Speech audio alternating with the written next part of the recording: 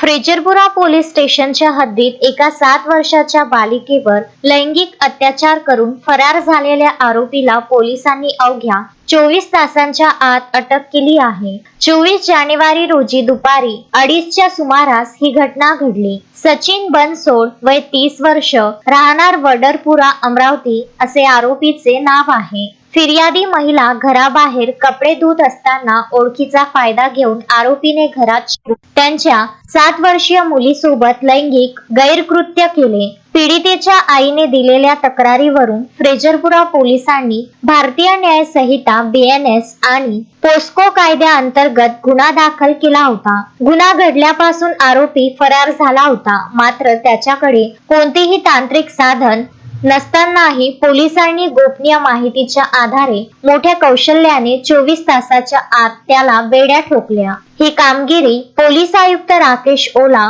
उपायुक्त गणेश शिंदे आणि सहाय्यक पोलीस आयुक्त कैलास पुणकर यांच्या मार्गदर्शनाखाली पोलीस निरीक्षक रोशन शिरसाट व त्यांच्या पथकाने फत्ते केली. शोएब खान, विदर्भ न्यूज, अमरावती.